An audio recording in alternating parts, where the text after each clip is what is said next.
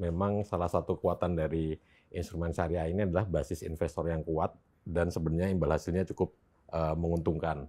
Yang membedakan syariah dengan konven apa akadnya gitu kan. Gitu. Jadi dan itu sebenarnya kalau masalah akad itu sudah dikunci oleh fatwa dari DSN MUI di awal bahwa untuk akadnya sukuk retail ini sudah syar'i. Pertahanan keamanan itu juga kita support walaupun judulnya itu ya perang, tapi sebenarnya yang kita support kalau khusus untuk pertahanan keamanan adalah dari sisi barak-baraknya, perbaikannya, tapi tidak untuk digunakan untuk pembelian alat tempur. Pastikan itu investasi yang aman. Yang kedua, pastikan bahwa itu return-nya cukup menarik. Yang ketiga juga pastikan sesuaikan dengan strategi keuangan kalian.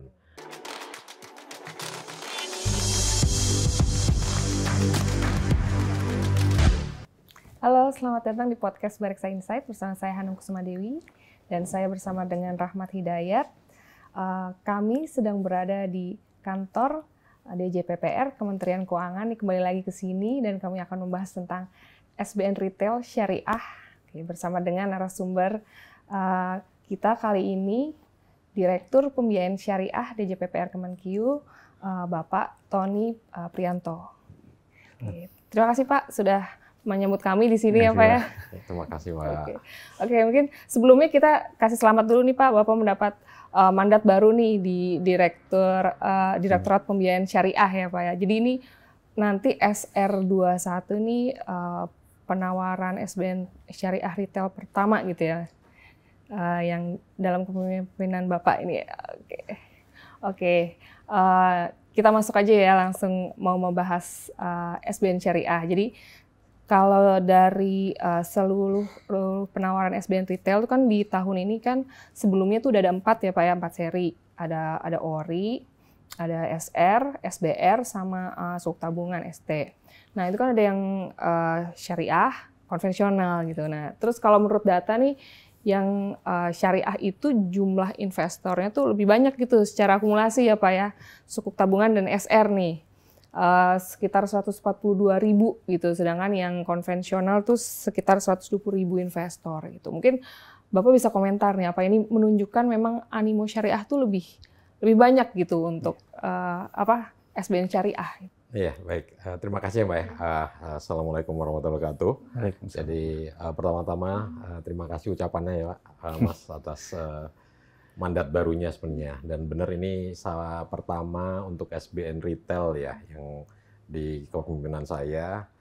Kalau di data disebutkan bahwa basis investornya itu lebih besar, mau tidak mau memang harus benar sih, karena kalau instrumen syariah itu marketnya ada 2. Yang pertama niche marketnya untuk SBN investor yang memang concern terhadap syariah compliance, kemudian yang investor konvensional pun bisa masuk ke dalam instrumen syariah.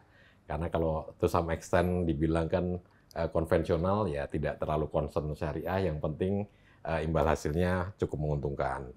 Itu yang menyebabkan kenapa secara basis investor harusnya memang lebih luas. Memang salah satu kekuatan dari instrumen syariah ini adalah basis investor yang kuat dan sebenarnya imbal hasilnya cukup menguntungkan. Jadi kalau kita lihat imbal hasil yang ditawarkan apabila dibandingkan dengan SBN yang sejenis sebenarnya cukup kompetitif dengan ORI. Kemudian apabila dibandingkan dengan instrumen lain yang diperbankan, insya Allah sih harusnya lebih tinggi dibandingkan deposito apalagi tabungan. Jadi ini lebih untuk memberikan opsi kepada investor masyarakat untuk bisa berinvestasi. Dengan ini jumlahnya sangat kecil, satuannya hanya 1 juta, sehingga kalau teman-teman milenial sekarang mungkin sebulan-bulanannya bisa 5 juta, 3 juta gitu, bisa menyisihkan sebagian gitu kan.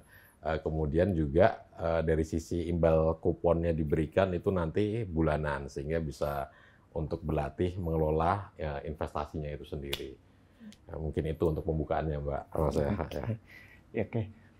Gini Pak, tadi kan minatnya cukup tinggi ya Pak ya untuk SBN Retail ini. Nah dalam menjaga animo yang besar tadi itu, dari Kemenkeu itu langkah-langkah apa yang dilakukan Pak untuk agar SBSN Retail ini makin menarik nih di pandangan para investor. Mungkin apakah ada sweetener ataupun hal-hal yang bisa ditawarkan kepada investor, Pak?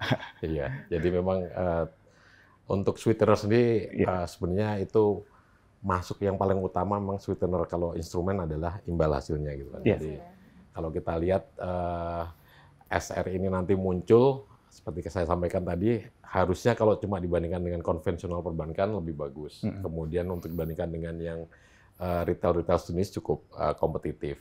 Dan kita juga menyadari bahwa ini syariah compliance harusnya memberikan opsi untuk teman-teman yang sangat-sangat concern terhadap kesyariahan sebuah instrumen yang mungkin naruh di instrumen di konvensional harus berpikir bagaimana supaya tidak mendapatkan riba. Nah ini insya Allah halalan thayyiban gitu kan, karena sudah mendapatkan fatwa syar'inya dari MUI.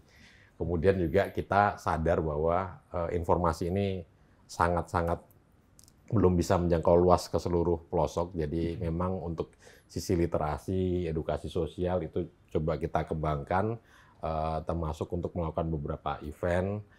Selain itu juga sebenarnya untuk retail ini kita sudah ada pengembangan dari awalnya harus secara offline ke kantor-kantor cabang apapun itu ya, bank ataupun medisnya, tetapi sekarang sudah mulai bisa melakukan melalui online. Jadi memang kita berusaha untuk catch up dengan era yang sangat-sangat cepat berubah ini ya, bahwa segala sesuatu sekarang harus di ujung jari kita, seperti itu. Oke, seri terbaru nih SR021, rencana penawarannya kan 23 Agustus sampai 18 September nih Pak ya.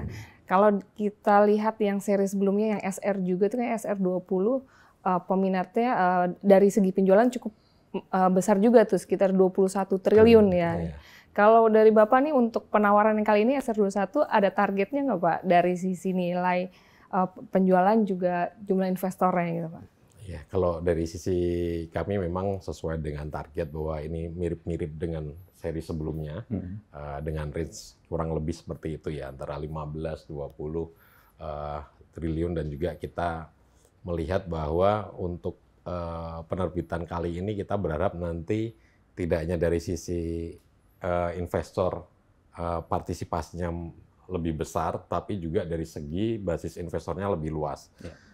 Dalam artian basis investor itu adalah kita berharap nanti jangkauannya baik dari sisi regional, umur, atau tingkat pendidikan maupun gender itu akan lebih diverse dari seri-seri sebelumnya. Karena ketika basis investor itu makin luas, informasi makin terdistribusi dengan luas, nanti diharapkan partisipasi masyarakat atau investor untuk masuk ke investasi syariah berupa obligasi negara ini nanti jauh lebih meningkat ya, seperti itu. Oke, jadi bukan hanya jumlah tapi diversity ya, jadi semakin beragam gitu ya jenis investornya. Oke.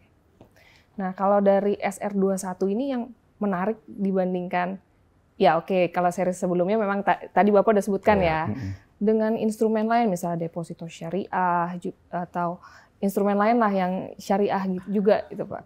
Ya, jadi kalau kita bicara apa yang berbeda dari seri-seri sebelumnya, kalau seri sebelumnya memang SR sukuk retail biasanya kita setting untuk holding periodnya adalah 3 bulan atau 3 kali pembayaran kupon gitu kan. Emang pada saat itu kita melihat kita tidak ingin ada istilahnya yang pencari rezeki instan itu nanti begitu beli dia akan jual secondary, karena memang kita targetnya adalah investor retail, sehingga kita coba untuk menjembatani dengan holding periodnya 3 kali pembayaran. Nah, seiring dengan waktu dan literasi, sekarang kita melihat bahwa investor yang masuk sudah masyarakat sudah cukup paham investasi ini, sehingga banyak investor yang masuk, dan kita melihat bahwa ini perlu salah satunya sweetener juga ini, bahwa nanti holding period itu cukup 1 kali pembayaran kupon. Jadi ketika ada keperluan, aset ini juga cukup liquid. Jadi liquid dalam artian ketika butuh uang, setidaknya dalam 1 bulan dia bisa menjual lagi gitu. Tapi diharapkan yang kepepet itu benar-benar kepepet, bukan profit taker seperti itu. Tapi kan lebih menarik nih karena di tengah kalau market lihat nih kan suku bunga potensinya turun. Jadi ini lebih menarik gitu untuk di secondary marketnya gitu ya Pak ya. Iya benar. Karena memang US Treasury juga ada di expect turun, sehingga memang SR harusnya bisa jadi pilihan yang menarik juga bagi investor retail. Dan mungkin juga karena liquidnya ini Pak, jadi satu kali pembayaran imbal hasil tadi, jadi mungkin SR ini juga bisa dijadikan sebagai tabungan ya. Tabungan atau dana darurat gitu ya.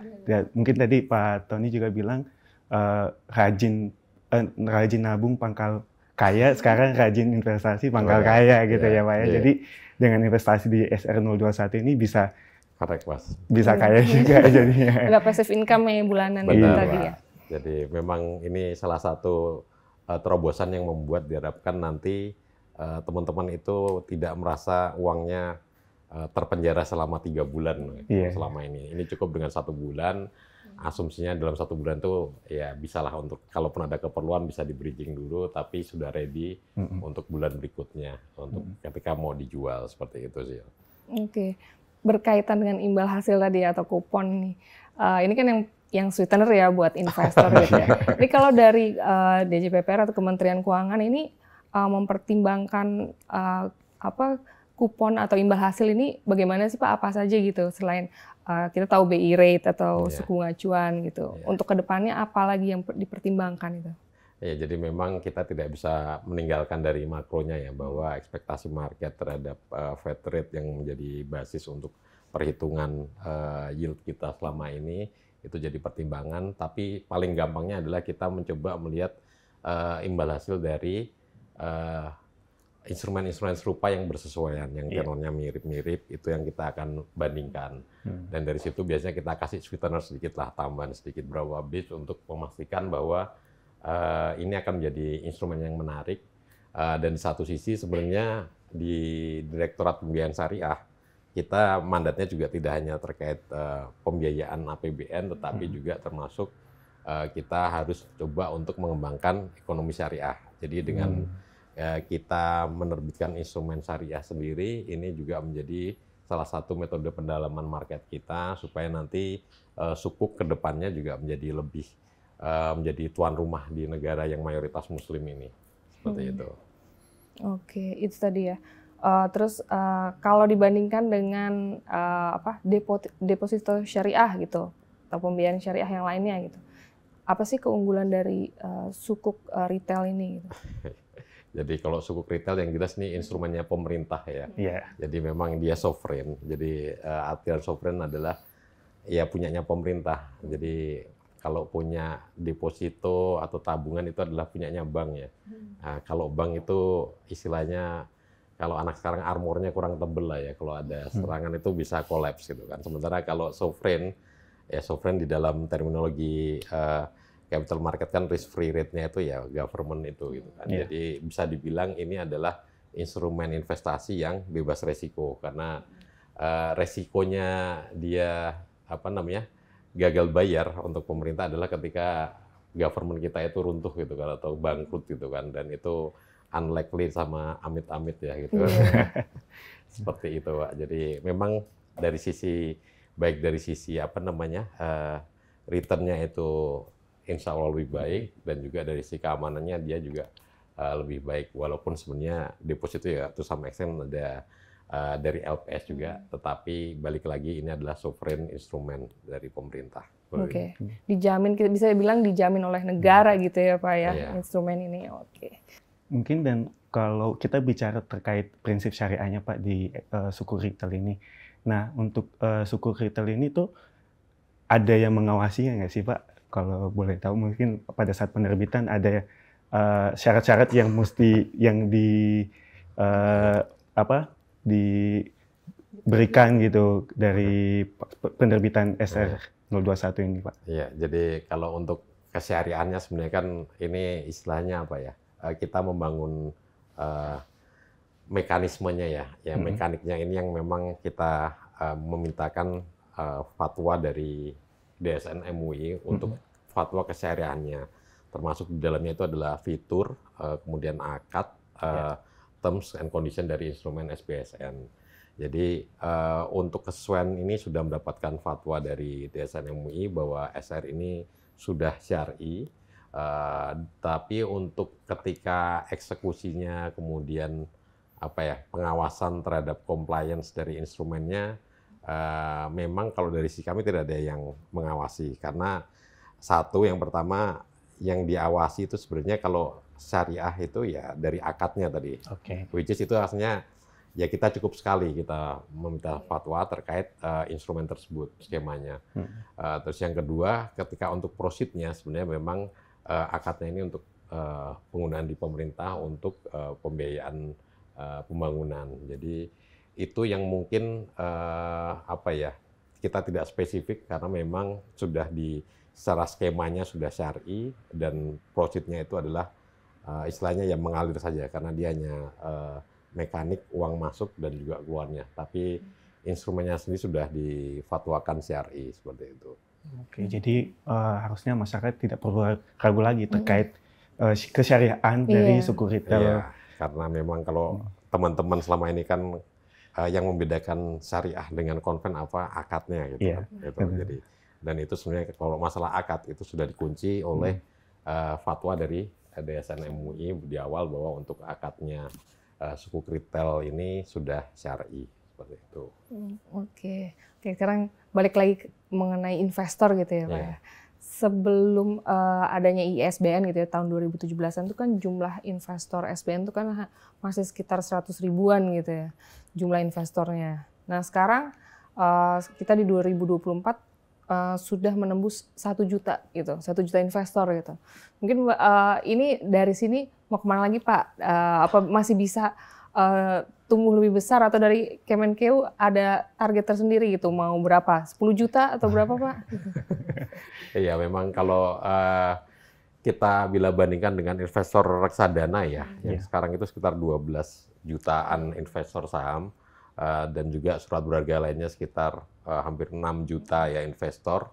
Memang 1 juta relatif kecil, tapi memang seperti kami sampaikan tadi, salah satu targetnya adalah lebih untuk mendiversify investornya, dan memang kenapa kita kecilkan memang untuk bisa reach out dari investor-investor kalau kita bilang yang masih imut-imut lah ya, yang mungkin hariannya 50.000 bisa saving berapa, kemudian bisa beli pada ujungnya.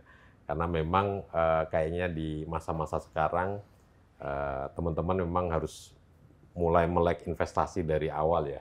Itu yang ketika tadi sampaikan salah satunya adalah literasi dan edukasi juga kita galakkan, sehingga nanti event dari waktu teman-teman remaja dan remiji ini nanti mulai melek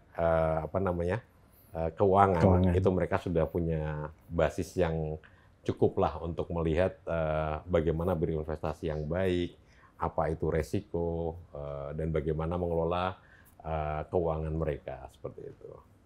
Oke, dan ini juga bagus tadi ya karena dijamin negara untuk pemula atau yang modalnya kecil juga ibaratnya aman gitu ya Pak ya, kita bisa bilang gitu. Walaupun bukan jamin negara sih, kita karena milik negara sih. Iya, tidak mungkin negara menjamin diri sendiri, tapi memang milik negara. Milik negara, oke. Nah, berbicara tadi terkait investor Pak, ini dari Kemenkeu ingin merangkul dari beberapa segmentasi investor. Nah, sejak tahun 2023 ini kan Kemenkeu telah menerbitkan SBN Retail itu dengan dual transit Pak. Yang artinya bahwa tidak hanya nasabah-nasabah yang retail banget nih, tapi nasabah yang mungkin yang menengah ke atas juga bisa berinvestasi di SBN Retail ini, tapi dengan jumlah investasi yang cukup besar. Nah, ini apakah juga salah satu strategi untuk bisa mendongkrak lagi nih penjualan dari SBN Retail, Pak? Iya, jadi memang itu salah satu upaya untuk bisa tadi ya reach out dari berbagai macam tipe investor ya. Dengan memberikan 2 tranches sebenarnya kan kita bisa mengcapture orang-orang yang memang melihatnya short term atau jangka menengah dengan 5 tahun gitu kan. Jadi itu jadi lebih luas coverage kita untuk basis investor yang ada. Karena mungkin kalau teman-teman yang masih sekolah mungkin mempertimbangkan nanti tetap to some extent uangnya tetap utuh, pokoknya di akhir mungkin mau masuk kuliahnya gitu, pasnya 2 tahun atau setahun itu bisa gitu kan. Jadi ini memang benar-benar coba untuk menggapai dan memberikan pilihan investasi dari sisi tenor untuk basis investor yang memang sangat wide range seperti ini ya, seperti itu. Dan diharapkan tadi ujungnya nanti bisa lebih mencapai basis investor yang sangat beragam, diversify, terus juga dari segala umur itu bisa masuk. Karena kalau orang-orang yang sudah bekerja, kemungkinan memang bisa jadi lebih long run view-nya gitu kan, long term view-nya. Seperti itu, dan kita melihat inovasi itu akan terus kita coba kaji lagi. Tidak terlalu kemungkinan nanti kita buka berapa tranches tambahan lagi, ataupun mungkin nanti jumlah uangnya kita kita perkecil atau kita perbesar. Itu adalah bagian dari bagaimana kita menjadi lebih adaptif dan agile ya untuk bisa melihat perkembangan dan juga demand dari market yang ada untuk investornya, seperti itu. Oke, kalau dari sisi pemanfaatan dari sukuk ini ya Pak ya, ini kan karena kalau SBN Syariah atau sukuk ini kan harus ada underlying proyeknya atau untuk kebutuhan apa gitu. Nah ini seberapa besar nih dari SBSN ini sekarang sudah memberikan dampak gitu bagi pembangunan di negara ini? Jadi tadi sampaikan bahwa memang marwahnya salah satunya dari DPS ini, Pembiayaan Syariah adalah untuk pembiayaan APBN, di mana APBN itu dibiayai salah satunya untuk keperluan infrastruktur. Jadi kalau kita lihat dari awal sampai dengan 2024, SBN itu sudah membiayai kurang lebih dari 6.000 proyek ya, dan itu alokasinya sendiri sekitar hampir 250 triliun. Itu untuk seluruh provinsi, yang memang secara sektor lebih banyak di sisi infrastruktur, terutamanya untuk infrastruktur jalan dan jembatan. Kemudian juga ada infrastruktur transportasi, jadi beberapa jalan tol, kemudian transportasi itu seperti jalur Parepare, kemudian juga kalau kemarin kita juga baru ada penandaan untuk aset di Bandara Deo di Sorong gitu kan. Jadi kita coba sesuai dengan makosid syariahnya untuk di pembiayaan syariah ini, bahwa memang sesuai akad ini adalah untuk pembiayaan infrastruktur dan juga proyek-proyek yang tercantum dalam RPJMN, sekaligus juga kalau kita bicara secara hablum minallahnya, ini juga untuk kepentingan sosial seperti itu. Jadi kurang lebih kalau mau dibayangkan tadi sekitar hampir 250 triliun gitu kan. Wah, dan banyak 6.000 proyek lagi. Dan 6.000 proyek ya, termasuk madrasah-madrasah, sekolah-sekolah itu juga kita support, dan juga untuk beberapa revitalisasi asrama haji untuk keagamaan juga kita support. Termasuk yang menarik juga ini pertahanan keamanan, itu juga kita support, walaupun judulnya itu ya perang, tapi sebenarnya yang kita support kalau khusus untuk pertahanan keamanan adalah dari sisi barak-baraknya, perbaikannya, tapi tidak untuk digunakan untuk pembelian alat tempur, karena tadi menyesuaikan akad syar'inya juga. Ya. Oke, jadi kalau investor beli sukuk nih, sukuk retail atau sukuk tabungan gitu ya, berarti ikut mendukung pembangunan pemerintah ini juga ya Pak ya, mendukung infrastruktur jembatan atau asrama haji dan berbagai sarana prasarana ini ya Pak ya.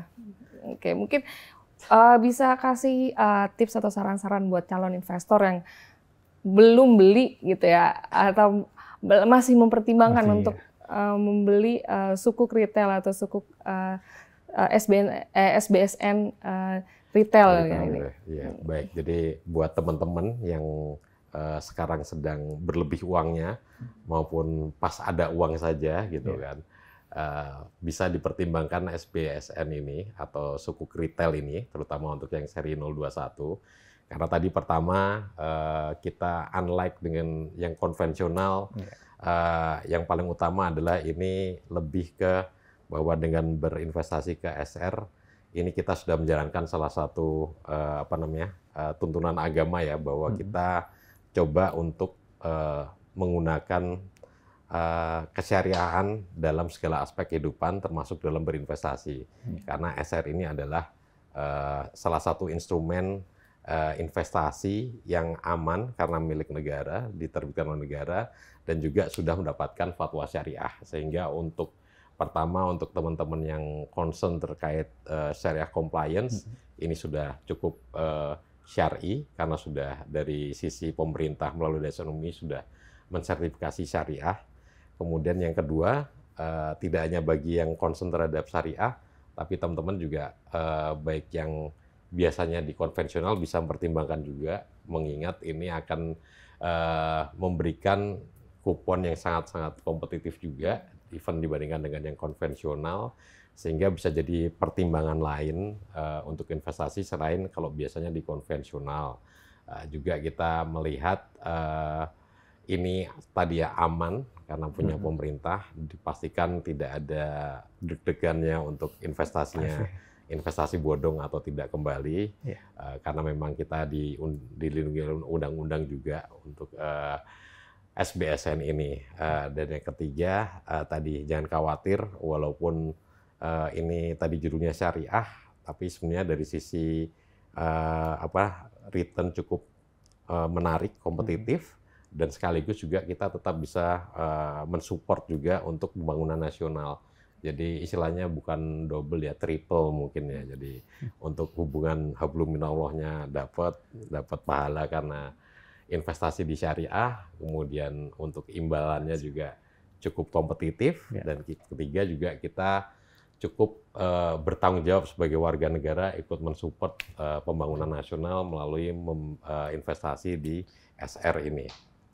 Demikian kira-kira seperti itu. Dan kalau tips ya tadi ya, tips berarti kalau tips inline, kalau mau investasi pastikan itu investasi yang aman.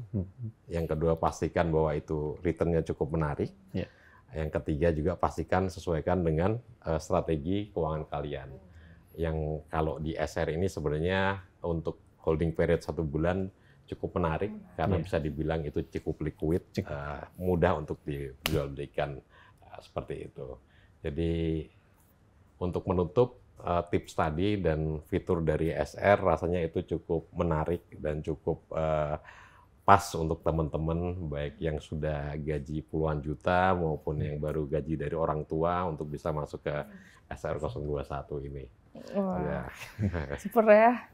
Menarik banget nih tadi penjelasan dari Pak Tony ini, semoga bisa bermanfaat juga buat teman-teman smart investor yang nonton podcast kali ini. Dan itu tadi podcast Bareksa Insight. Jangan lupa untuk nonton episode berikutnya.